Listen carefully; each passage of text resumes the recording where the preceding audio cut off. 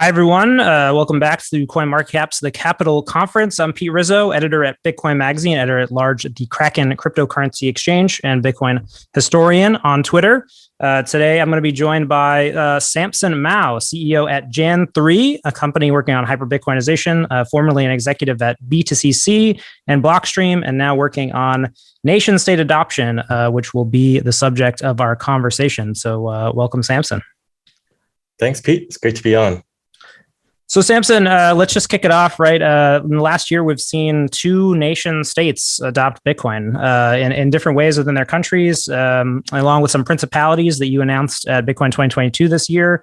Let's start light. What makes Bitcoin ready for nation states to adopt it at this point? Why do you think the technology is ready, and why would you be comfortable advocating to the citizens of a country that they should be using Bitcoin for transactions? Well, there's a lot of questions there to unpack. So I guess we can first start with the technology. I think the technology has been ready for quite some time. Bitcoin is stable. It is scaling. We have an army of developers working on it, and the code is very high quality and production ready. So I don't think there's any issue with the Bitcoin protocol itself. If you actually talk to a lot of people running exchanges, it is typically their Bitcoin node and their Liquid node that stay up.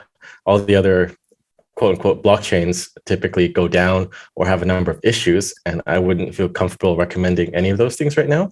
But for Bitcoin, I think it's perfectly fine. And your other question is why now? I think exactly. With El Salvador kicking things off with their Bitcoin law and their upcoming Bitcoin bonds, I believe we're going to see a race to accumulate Bitcoin on the nation state level.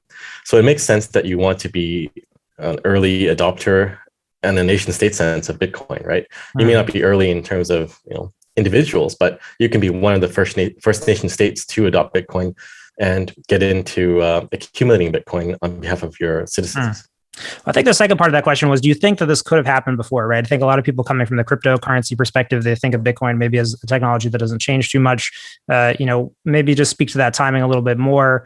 Do you feel like there was something particular that happened where Bitcoin, was able to make that leap? Or do you feel like, this could have happened at any time in Bitcoin's history?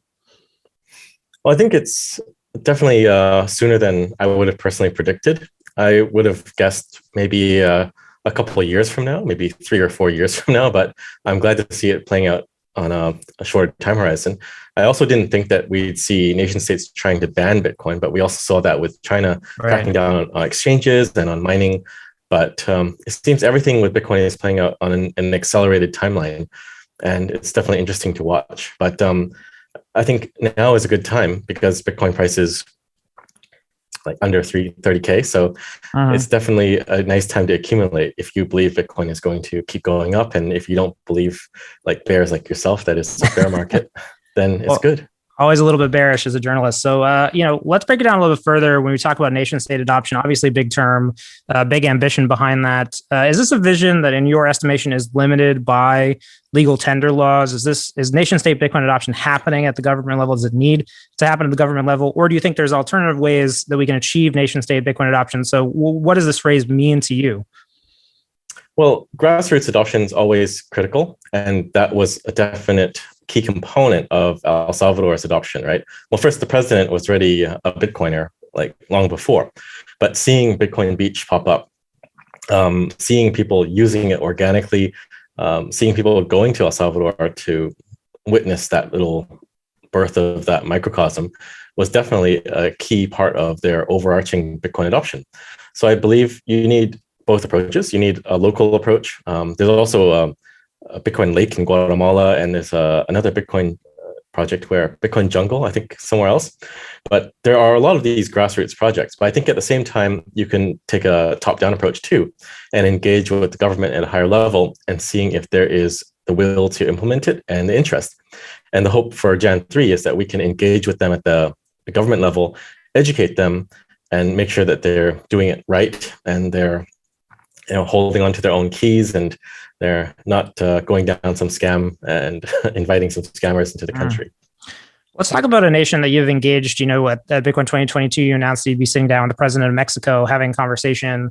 Why do you feel like Mexico particularly had elements that you were looking for? You mentioned a bit of the grassroots approach, needing a bit of government approach. Why do you think it met those conditions? And, has your expectations for that country, have they shifted since that announcement? Well, Mexico is definitely a very interesting place. And I think it largely has to do with Senator Indira Kempis. She's been working with her team, a bunch of other Bitcoiners, on trying to get Bitcoin adoption in Mexico for some time now. And I think she's paved the way for the possibility. We've recently had Ricardo Salinas come out really strong in terms of his support for Bitcoin, right? He's 60% in now. So one of the biggest Mexican billionaires is now a massive Bitcoiner, approaching Michael Saylor levels. So you kind of have the little confluence of events needed there. There's a big Bitcoin community in Mexico. There's a major Mexican exchange, Rizzo, right? So I believe you have the foundation there. And also Tether has launched the Tether Peso now too. So I see there's the storm is starting to brew in Mexico. So if we can try to accelerate that, if we can meet with the president of Mexico, AMLO, and talk to him about it, I believe there's a chance that we could get Mexico to adopt Bitcoin, perhaps as legal tender. But I see Mexico as a very interesting place because it is a big country with a massive economy, and they're actually doing quite well. So the test is really to see if you can get a nation state that is not small or struggling financially to adopt Bitcoin. And I believe Mexico is that litmus test to see if you can actually go to a country that is relatively successful and booming and seeing if they will adopt it. And I believe the angle for Mexico is likely, at this point, financial inclusion. So AMLO is big on financial inclusion, and I guess the vector we're going in with is Bitcoin is the key to financial inclusion, right? If you want to bank the unbanked, the only way you can do that is with Bitcoin, right? You can't just say get a bank account, because if they could have gotten a bank account, they would have, but they don't have a stable job, they don't have an address or all the things you need to get a bank account, right? So the only way you can do that is with permissionless money that you could download an app on your phone and get money on. Well, speaking of Mexico, El Salvador, sort of all the options on the table, do you worry a bit about Bitcoiners potentially diverting their efforts, right? That El Salvador were really only 1 year into the experiment. Do you think now is the time maybe to be doubling down there, that businesses should be going supporting there? Or are you suggesting, or it sounds like you kind of think that it needs to be an approach where, outreach is occurring across governments in a multiple way? Well, I would say there are enough Bitcoiners to go around. So there's a delegation in the Central African Republic right now. It's being led by Sebastian. He's a French Bitcoin miner, and he's down there as we speak, meeting with the president of CAR. So I would say it's more about a divide and conquer strategy. There's enough of us where we can have grassroots initiatives, have Bitcoiners going on these, meetings and trying to educate a number of countries. It doesn't need to just be one, right? And also, we have Paulo Aredino in Switzerland, right? He's working on Lugano, which is another Bitcoin city in Europe. And I just think there are enough of us to go around. So I think it's fine, but there is still a lot of focus on El Salvador. It's not that suddenly we're looking at other places and no one is caring about El Salvador.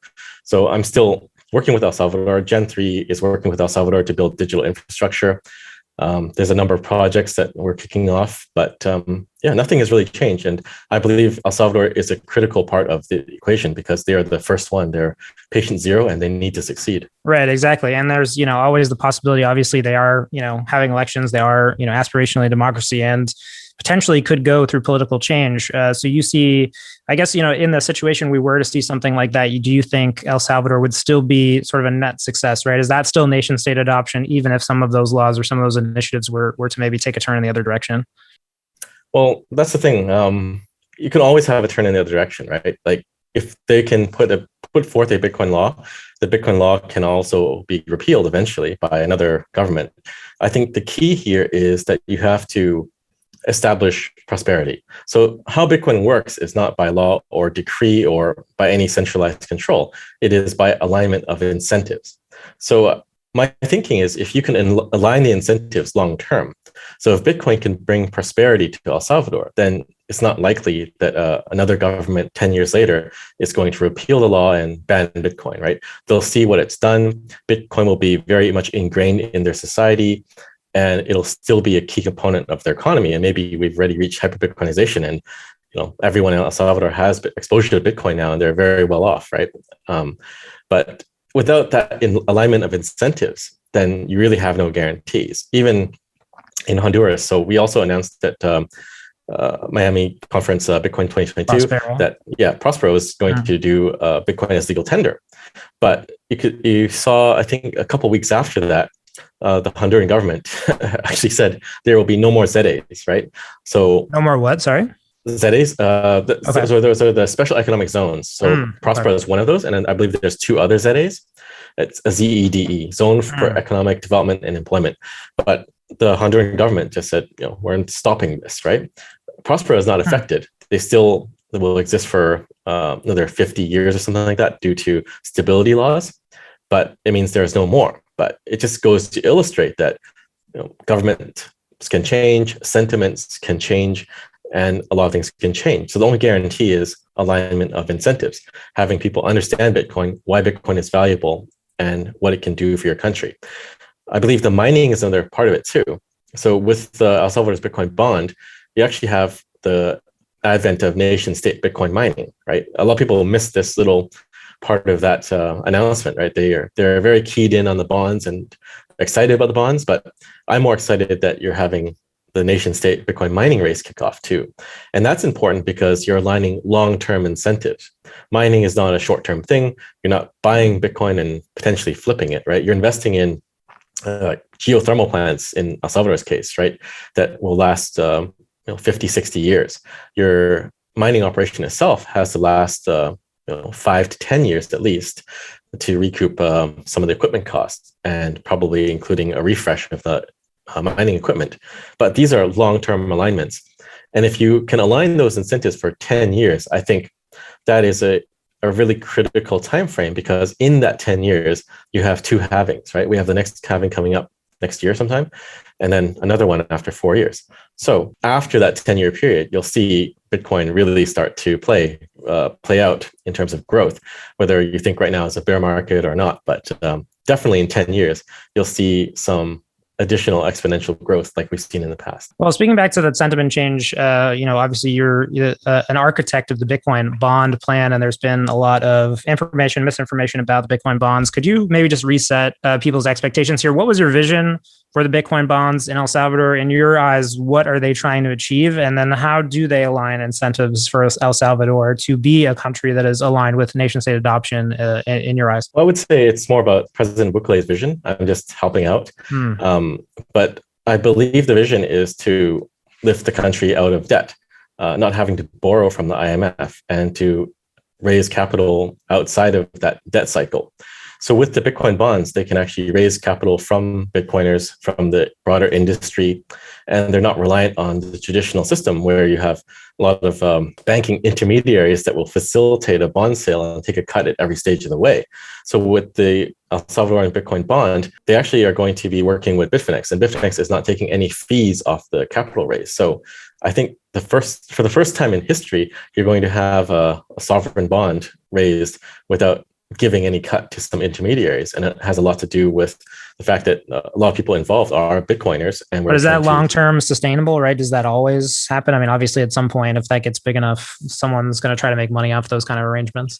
Well, definitely. But there's also trading fees, but we're talking about the initial capital raise, right? So the secondary market, there will be trading fees to sustain the market, to sustain the platform. But for the initial raise, they're not taking any commission, right? And usually there is a commission on these types of bond raises. But the fact is you can break away from that legacy system and go into this new Bitcoin standard and raise capital using Bitcoin and with a new market. So I think that's quite big, and that could help them break that cycle. And potentially the Central African Republic could do something similar and break away from the CFA franc. Yeah. Well, I'm glad you brought that up about halfway through, so appreciate everybody who's tuning in. Wanted to talk about the Central African Republic, really unique case here because it's a country that's, in the midst of a civil war, right? Not sort of peacetime economy, maybe with some historical troubles like El Salvador.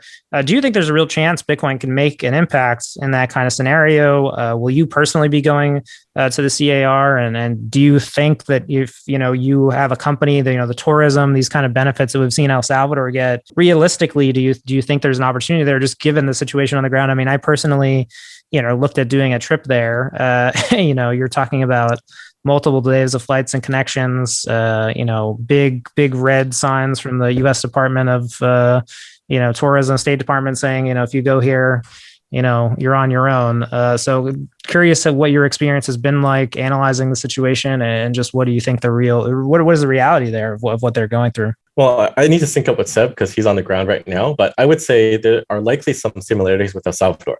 So before the Bitcoin law and before they kind of rose up on the world stage, most people had this impression of El Salvador as a very dangerous place, right? And yes, there have been outbursts of gang violence, but they seem to be very coordinated, right? The first spate of violence was around the Adopting Bitcoin conference last year. And then you had another spate of violence right around the time Uncle Ricardo Salinas went there. So it seems like for whatever reason, these things are timed very well, right? For whatever agenda that's being served. But I would say overall, El Salvador is very safe. If you go there, you kind of realize that you're in San Salvador, you can walk around. Life is proceeding as normal. It's not this dangerous territory that you believe to be from reading things online.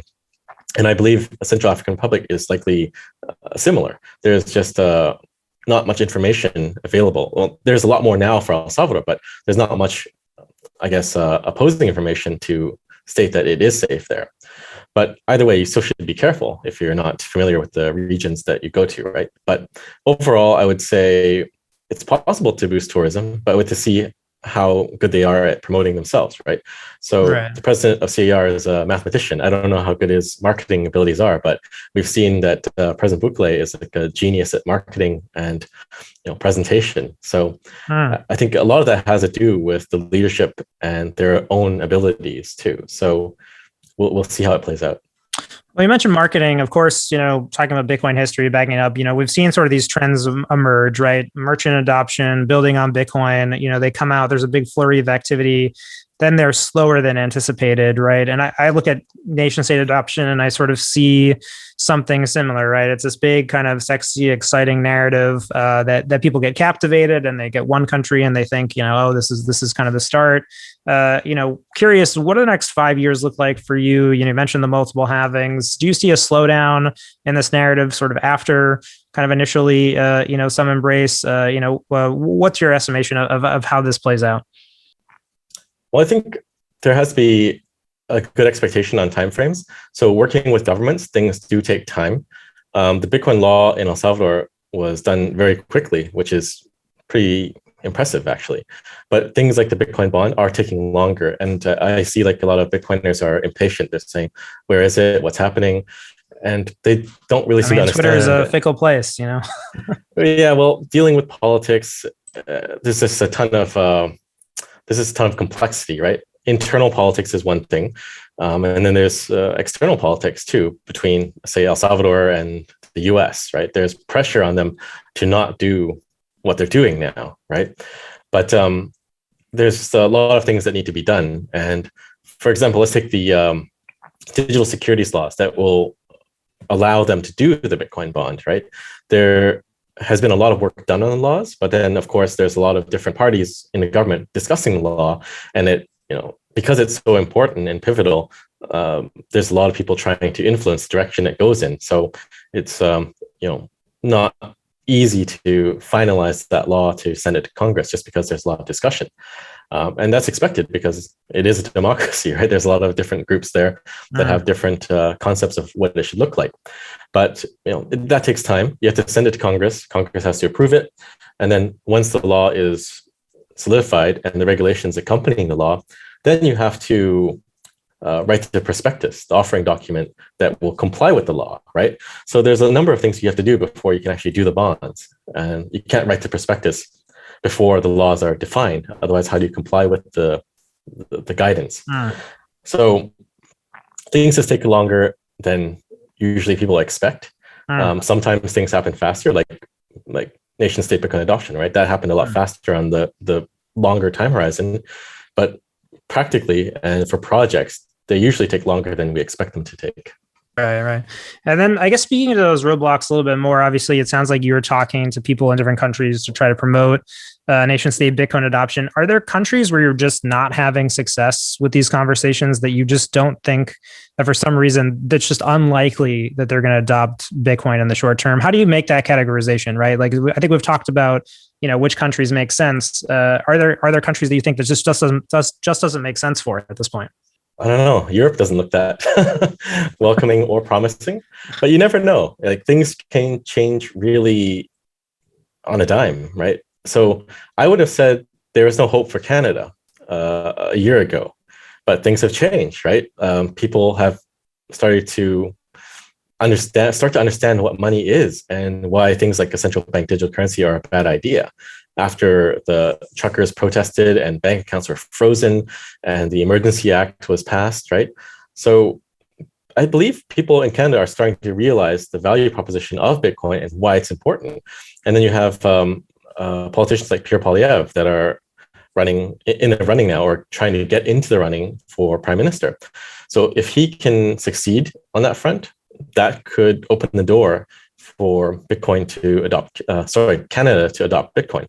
So it's difficult to say, but things can change really rapidly, right? I mean, Bitcoin has definitely adopted Canada for sure since there. But yeah, adopts everyone. Yeah. Flipping the page, I think, to some place that, I think maybe most people would think, nation state Bitcoin adoption isn't likely. I want to bring it back to China. Obviously, some of your business roots as a Bitcoin entrepreneur in that country, is that a place where you just think there isn't a chance? Do you have insight on, what's going on the ground in China since the ban? Obviously, we've heard some conflicting information. Curious for your perspective, given, your time there as an early entrepreneur in the Bitcoin space. Yeah, China's a good example of why you can't really ban Bitcoin. You can try to, but I think if you go too heavy-handed on Bitcoin and you try to exert too much control, it can backfire. Because if you can't enforce the bans or crackdowns, then it kind of shows how strong Bitcoin is, right? And we can see that there's still mining going on in China, even though mining is technically banned. And that's because China's a big country. The politics are complex too. So central government edicts don't necessarily make their way down to the smaller villages and to the provinces, right? So it goes to show that there is a big challenge in order to really ban Bitcoin. And I don't think it's a good look if you try and you fail, right? And I think it'd be interesting to see another country try to crack down on Bitcoin in the same way, because then you'd have another data point that shows Bitcoin can't be banned. So we're always seeing talk of India. Careful what you wish for. I think banning Bitcoin is the best thing, right? It really shows the nature of Bitcoin's resilience, right? And it goes back to like some of our earlier days in the scaling wars, right? It was good that all the Bitcoin companies in the space tried to attack Bitcoin because it showed the resilience of Bitcoin and the ability for Bitcoin to resist these attacks. So I don't know if India, they like to talk about banning Bitcoin every 6 months or so, right? If they actually did it, that'd be good. Because any Indian politicians listening, that's your invitation. Well, if we've got 5 minutes left, I have a few more questions I want to get to. Sure. Obviously this is CoinMarketCap, a conference, the website that we go to every day that's got 1,000 coins. Why do you think nation states are adopting Bitcoin and not cryptocurrencies? What do you think this trend will reverse? Do you think that there will be nations that will adopt other cryptocurrencies, or will this be a Bitcoin only trend? Well, I think there's always a chance that some nation will adopt a shitcoin, right? I would say there's a non-zero chance of that. Where was it again?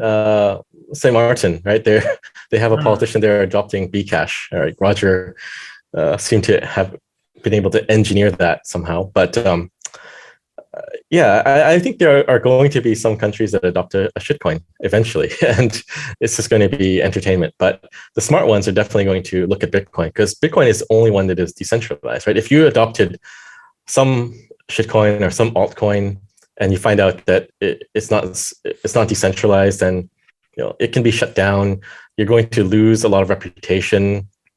And yeah, I mean, every time there is an announcement of some country adopting Bitcoin, all the shitcoiners flock to that place like flies to, whatever, to make that analogy, right? But when El Salvador announced the Bitcoin law, you saw all the shitcoiners went there. They tried to meet with the president, and it's thanks to like Bitcoiners on the ground there that they managed to steer them away and prevent the president from taking a selfie with Do Kwon or whatever, right? That would have not been ideal. Right. Hard to see a country of adopting Luna in that instance. Well, it could have happened, right? Because Luna was the hot thing. It was backed by all the VCs. And if you're not careful, it can look like a very shiny gem when it's actually a polished turd. So, I mean, yeah. So I think the smart countries that do their research will follow the thinking of Michael Saylor, right? They're going to understand that Bitcoin is the real value proposition. Everything else is a distraction, and is actually more like a company than a decentralized immutable protocol. And Bitcoin is the only one that has been battle tested too. And it just makes sense to adopt Bitcoin. But yeah, I still think we're going to see something one day and we're going to cringe and go, oh my God, they adopted that shitcoin. Yeah. And hopefully there's not too much damage there. But last question, wrapping up, of course, your new company, January 3rd, 2009, that was the Genesis block, the start of Bitcoin. Last question. What do you think Satoshi Nakamoto would have said about nation state Bitcoin adoption? Would he have supported it? Your thoughts? Well, it's Bitcoin is Satoshi's invention, so I would imagine he's happy to see it being adopted at more and more scale. If I was Satoshi, I'd be happy at least. And maybe he's out there in El Salvador. We'll never know. Samson, where can people find out more about what you're doing and follow you along on your journey? You can find me on Twitter. My handle is Excellion, EXCELLION, and then Jan3 is at Jan3com. We haven't had time to work on our website yet. We've been really busy with a number of other projects, but eventually the website will be at jan3.com. Exciting stuff. Well, awesome. Appreciate you joining this conversation. And thanks to everybody who tuned in and listened. And you can read more about Bitcoin on bitcoinmagazine.com. So thanks, Pete. Thanks, CoinMarketCap.